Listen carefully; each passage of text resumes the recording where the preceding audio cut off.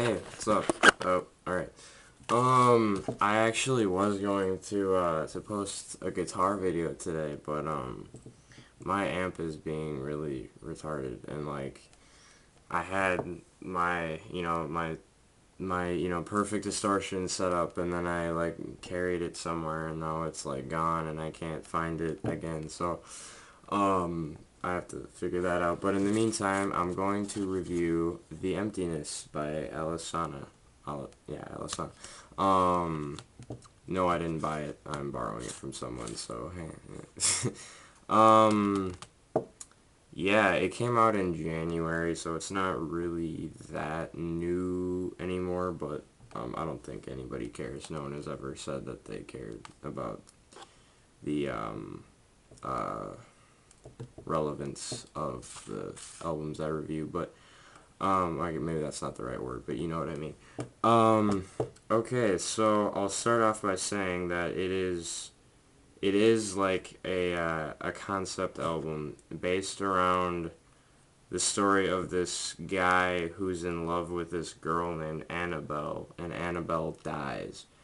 And the whole album is him, like his stages of grief, really. And it is that linear, actually. So like the first song, uh, "The Curse of the Virgin Canvas," is just him realize, or like kind of denial. Is Annabelle really gone and stuff like that, um, and then another song after that, "The Artist," is kind of the same thing, and then he kind of goes crazy in the middle, and then at the end, uh, yeah, here he goes like really crazy, and then he thinks that he like sees her again, and then at the end, he doesn't really come to terms with it. I think he realizes that Annabelle like never really says like what she did, but I guess Annabelle never really loved him or something. It's kind of weird at the end.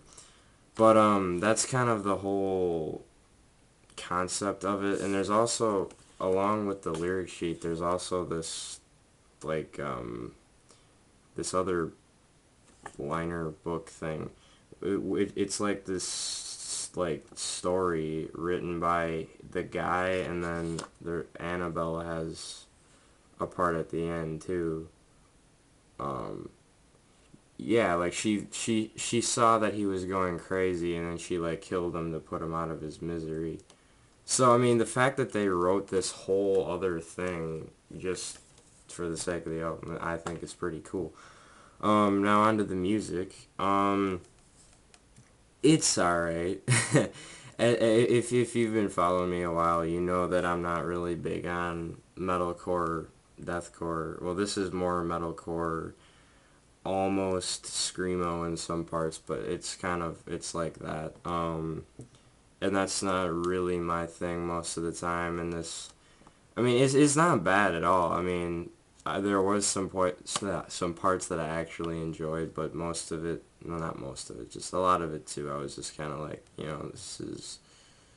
it's alright. Like every song is kind of just like they use the same things, just in different order, like sing, scream. What I really liked about it, well, I mean, because it's more metalcore and not deathcore, there was like breakdowns, but they weren't really, really obvious, and like stop and then boom, digga digga digga digga dun dun. They're not like that at all, and that is kind of a breath of fresh air. There was actually a solo in two of the songs. One of them, "The Murderer," which is, if I had to pick one, probably my favorite song on this album. Because that's the song where he one of the few where he decides to, like in the story, where he decides that if like his life is gone, his life being Annabelle, that no one else can have their lives either, so he goes around killing everybody. Hang on. Yeah, that's a pretty cool song. There's a cool part at the end where he screams, "Are you ready to die?" That's kind of like the breakdown part. It was kind of fun, and it has a solo, like I said, and I like that. Um,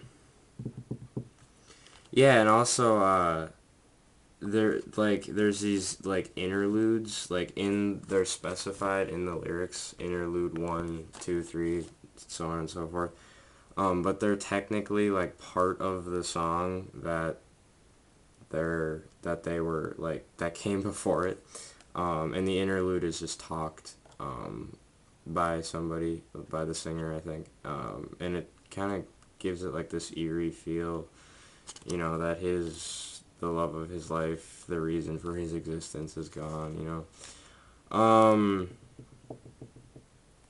Yeah. so yeah, it's an interesting concept. It's not like it's all that original, but I think they really did it in their own original way, which you gotta respect. As for the actual lyrics, though, they're also just kind of alright.